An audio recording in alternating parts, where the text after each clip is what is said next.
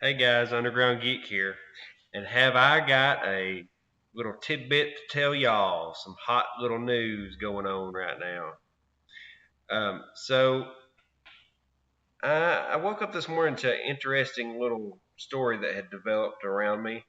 Um, when I got up this morning, I looked and I forget how the conversation had originally started, uh, but we were talking about sales not being good at Marvel and everything, and this guy said, "Yeah, I'd had a discussion with the girl author and some other people, Moon Girl and Devil Dinosaur, and blah blah blah." So I wake up this morning and the creator, the writer, not the creator, but the writer for Moon uh, Girl and Devil Dinosaur has found my Twitter, got on my Twitter, and has found this guy and is talking to him on my thread about this. And he's telling him all about, sales and all that kind of good stuff, blah, blah, blah. I was just about to write something good about him, like, hey, I'd already talked about this, and I've heard many reviews, and they said that, this comic book was good.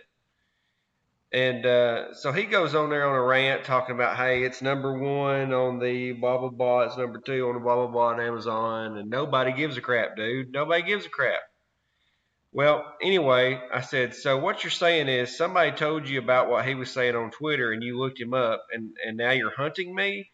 Because basically he had said, I was following up on another conversation and saw he posted it when I looked him up. So you looked him up. Okay, so somebody obviously ratted him out and you went and found his Twitter because you got nothing else to do. And he says, although I guess it's fair to say I'm hunting you now. I was like, you're hunting me? And he put an exclamation point on there. And I said, so you looked him up and now you're hunting me? This doesn't really make a whole lot of sense. I mean, I don't understand. So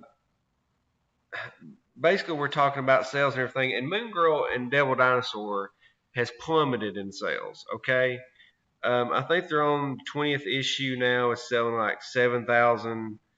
Now, 20th issue, I think, is not where he started. I think technically they're only like 10 issues in of this run. But it's selling 7,700 issues. The month before that it sold 14,000, and the month before that it sold 7,000 again.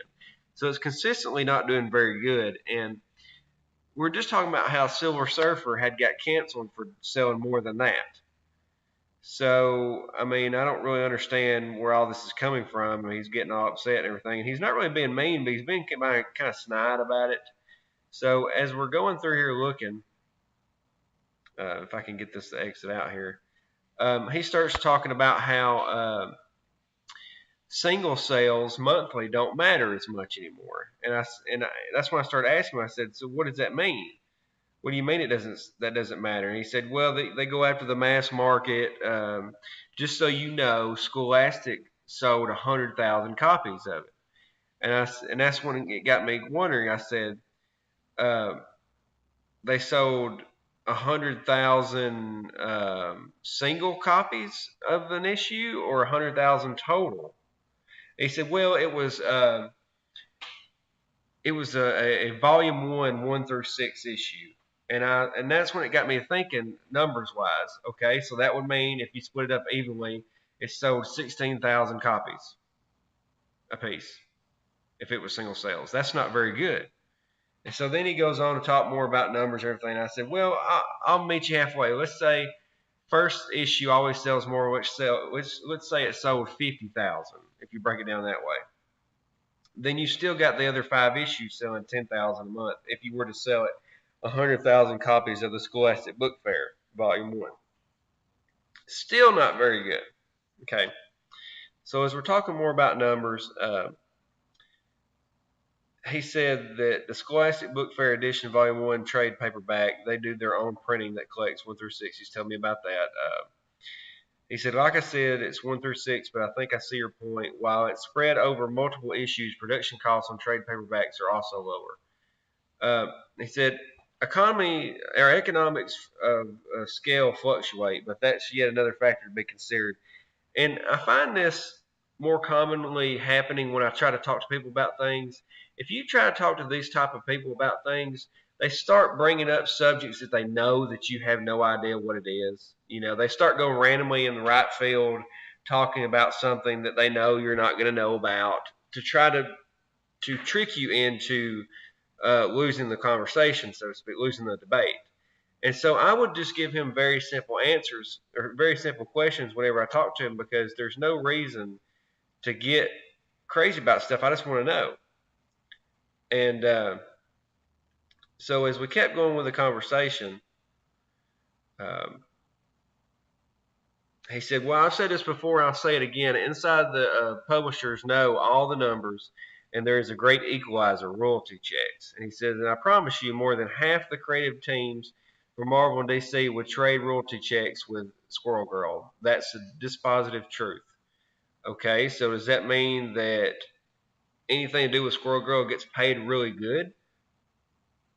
Because that seems shocking to me, because Squirrel Girl is one of the most unsellable characters right now. Her stories suck. Uh, he said, well, you see, you're locked into the monthly format mindset. Trust me, you can't cut up the trade paperback like that to fit into single issue model. And that's when I said, so monthly sales don't matter. And that's when he said, what did he say here? He said, they matter very much so, a great deal, he said, but that's not all that matters. In truth, they matter less as time goes on and the other channels grow. And that's when he starts talking about direct market, collection editions, mass market, scholastic, digital, or original comics content. And then he starts talking about T-shirts, lunchboxes, and video games. And I'm like, that's got nothing to do with what we're talking about, though. If you're selling 7,000 issues of this comic, regardless of how popular the character is, regardless of royalty checks and all that kind of stuff, you're going to get canceled. Yeah, they're still going to make it. The T-shirts of Moon Girl and Devil Dinosaur are still going to make the T-shirts, but you're not going to be selling any more copies of this comic book because it's going to get canceled. That's all I'm trying to say. And then he starts talking about essentially important creativity that's changing, but it won't change soon, and that's down to tradition and talent habits. Starts going on a tangent about getting on the soapbox, talking about blah, blah, blah, blah. And I said, basically, I just said, look, I'll look at it again. I'll give it another shot. I'll read your comic book, okay? Because basically, you're not getting what I'm putting down. And that's what I'm trying to talk about here. They're not listening, okay? And this is the second interaction that I've had with a quote-unquote comic book pro. The first one was with that Antos character, Heather Antos. Basically, she tracked down our Twitter feed where I had asked Diversity in Comics if she was any good. He said, yeah, she's all right. That's what he said. So what did we get for that? She blocked us. Okay. Blocked us because I asked him about it. Not only that, she got on there before she blocked us and said, well, just so you know, I've been a professional for 4 years, blah, blah, blah. And I'm like, wow, how pretentious do you have to be to get on my Twitter of 100 followers when you're a professional writer, so to speak, and have to let me know that you're a professional, okay? That goes to show that all that milkshake stuff was bull crap. She was getting over there. She was saying her piece to people that had nothing to do with what was going on, and then she was blocking them. That's what was going on. But anyway, so he's essentially doing the same thing. He has found our Twitter. He is on there telling us what we don't know about comic book sales. Okay. Now, I still like the guy. He's still all right. He didn't say anything mean to me, so to speak. He didn't block me that I know of. I had to go back and look. But it's just very interesting. Somebody that's selling 7,700 issues has the gall to get on Twitter, track me down, and tell me that I don't know about sales, And it's really weird, If you're selling 80,000, yeah, I mean, by all means. But if you're selling 7,700 of an issue of a comic, something's not working. And if you're selling 100,000 Scholastic, that's 10,000 an issue. I mean, I don't understand where you're going with that. But basically, that's all where it went. And I've got some more reviews coming. I went and bought some Devil Dinosaur comics. I had to go track them down. I went and found some Gwenpool, tracked them down to do more reviews on. But just let me know what you think about this situation. You can go on my Twitter at Underground Geek. You can look at the conversation. It's still up there. And let me know what you think about this, because this is very interesting. He's opened up a can of worms telling me about sales here and how monthly is not as important as it used to be. To me, monthly sales should be everything as far as a comic book person goes. Now, as far as the company goes, yes, I understand, but shouldn't you be worried about your job if you're selling 7,700 issues? That's just me though. But tell me what you think. Hit the like, hit the thumbs up, hit the notification dinger so you can get all my videos. And this is Underground Geek out. Thanks, guys. Bye.